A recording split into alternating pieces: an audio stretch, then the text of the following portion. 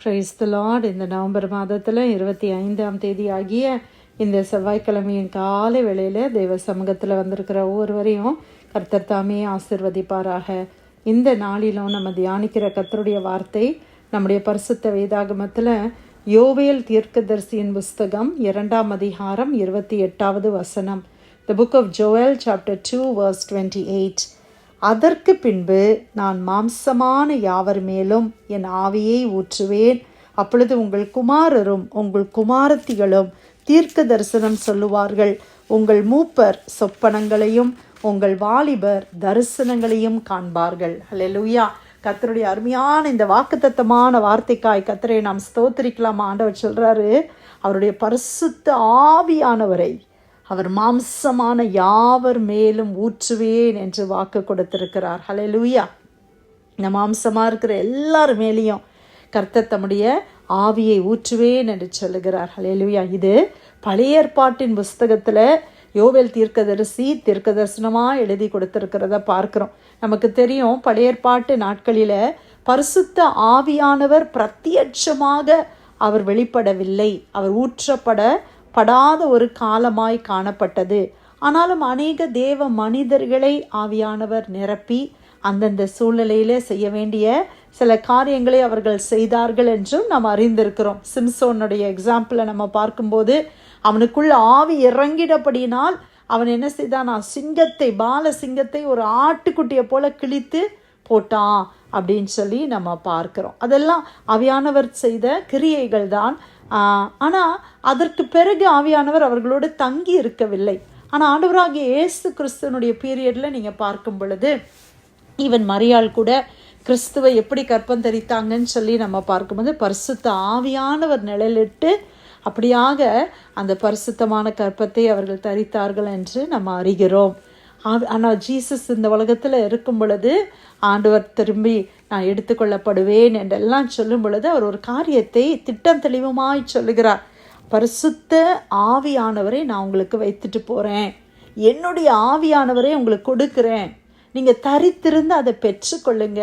அவர் சகல சத்தியத்துக்குள்ளும் உங்களை நடத்துவார். அவர் ஆலோசனைகளை கொடுத்து உங்களை நடத்துவார். அவர் தேற்றரவாளனாக இருப்பார் என்று சொல்லி ஆண்டவராகிய இயேசு கிறிஸ்து அடிக்கடி அதை சொல்லுகிறத பார்க்கிறோம்.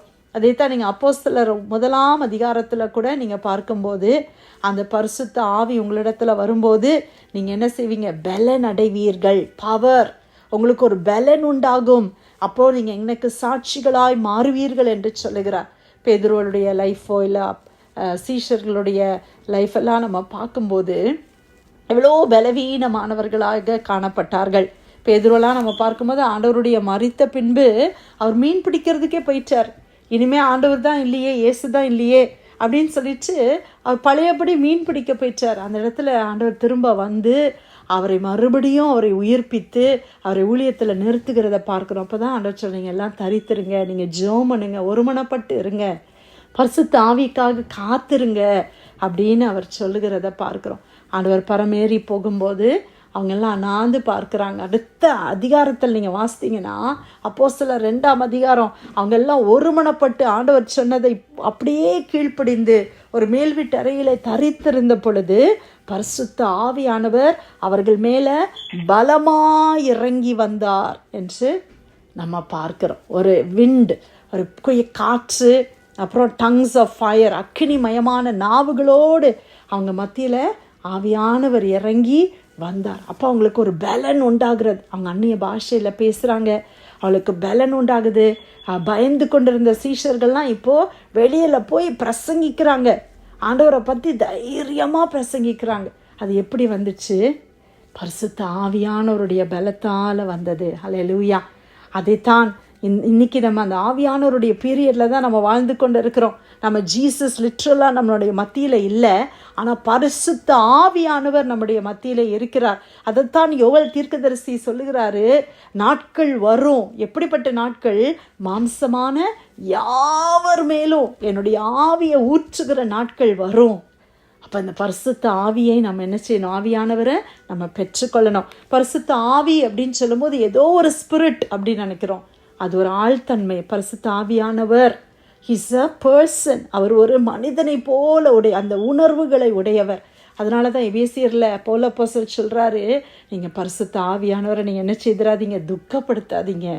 யாரை நம்ம துக்கப்படுத்துவோம்? இன்றைக்கி ஒரு சேர் இருக்குது, அந்த சேருக்கு துக்கம்னா என்னன்னு தெரியுமா? ஒரு பொருளுக்கு துக்கம் இமோஷன்ஸ் கிடையாதுல்ல. அப்போ ஒரு ஆள் தத்துவம் இருந்தால் தான் நமக்கு அந்த ஃபீலிங்ஸ் இருக்கும், இமோஷன்ஸ் இருக்கும் இல்லையா? அப்போ பரிசுத்த ஆவியானவர் நமக்குள்ளே இருக்கிறாரு, அவரை நம்ம துக்கப்படுத்தக்கூடாது.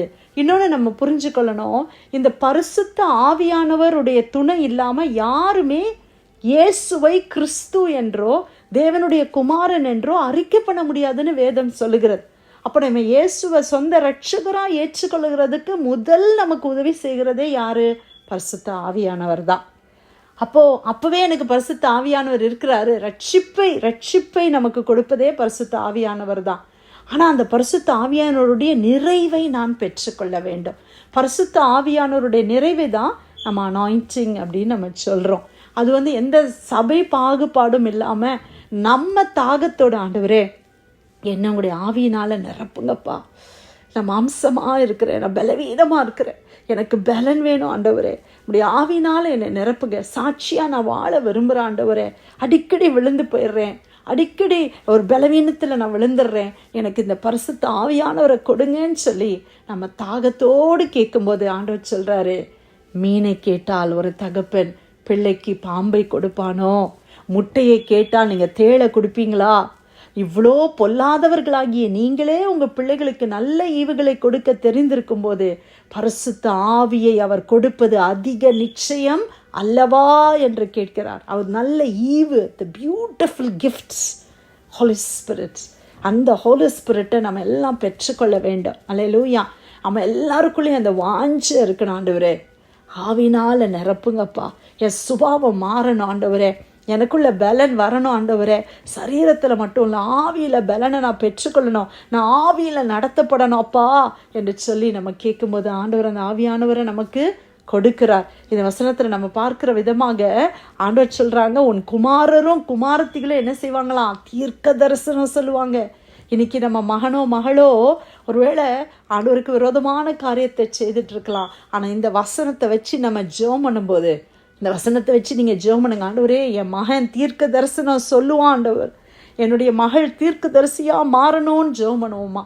அந்த வயதாக இருக்கிறவர்களை குறித்து ஆண்டவர் என்ன சொல்கிறார்? உங்களை மூப்பர் சொப்பனங்களை காண்பார்கள். அல்லேலூயா. நம்முடைய வீட்டில் வயதாக இருக்கிறவர்கள் தேவ தரிசனங்கள், தேவ சொப்பனங்களை காண்பார்கள். நான் எங்கள் பாட்டிமாவை குறித்து உங்ககிட்ட சொல்லியிருக்கிறேன். 97 இயர்ஸ் அவங்க ஆண்டவருடைய கிருபையில் கர்த்தர் அவர்களை சுகத்தோடு வைத்திருக்கிறார். அப்போ இன்னைக்கு பார்த்தீங்கன்னா அடிக்கடி அவங்களுக்கு அந்த ஹெவன்லி ட்ரீம்ஸ், ஹெவன்லி சாங்ஸ் அவங்க காதுகளிலே கேட்டுக்கொண்டே இருக்கிறது. அடிக்கடி அதை அவர்கள் சொல்லுகிறார்கள் என்று நான் கேள்விப்பட்டேன். அவங்க கேர்டேக்கர் கிட்ட பேசும்போது அவங்க சொல்கிறாங்க, அல்ல அந்த பாட்டு சத்தம் கேட்டுக்கிட்டே இருக்குது, எங்கே இருக்குது, யார் பாடுறா? அப்போ அவங்களுக்கு மட்டும்தான் அது கேட்குது. அப்போது அது ஏதோ சர்ச்சில் பாடுறாங்கன்னு சொல்லி அவங்கக்கிட்ட சொல்லியிருக்கிறாங்க. ஆனால் பாருங்கள், ஆண்டவருடைய வார்த்தை சொல்லுது, மூப்பர்கள் என்ன செய்வாங்களாம்?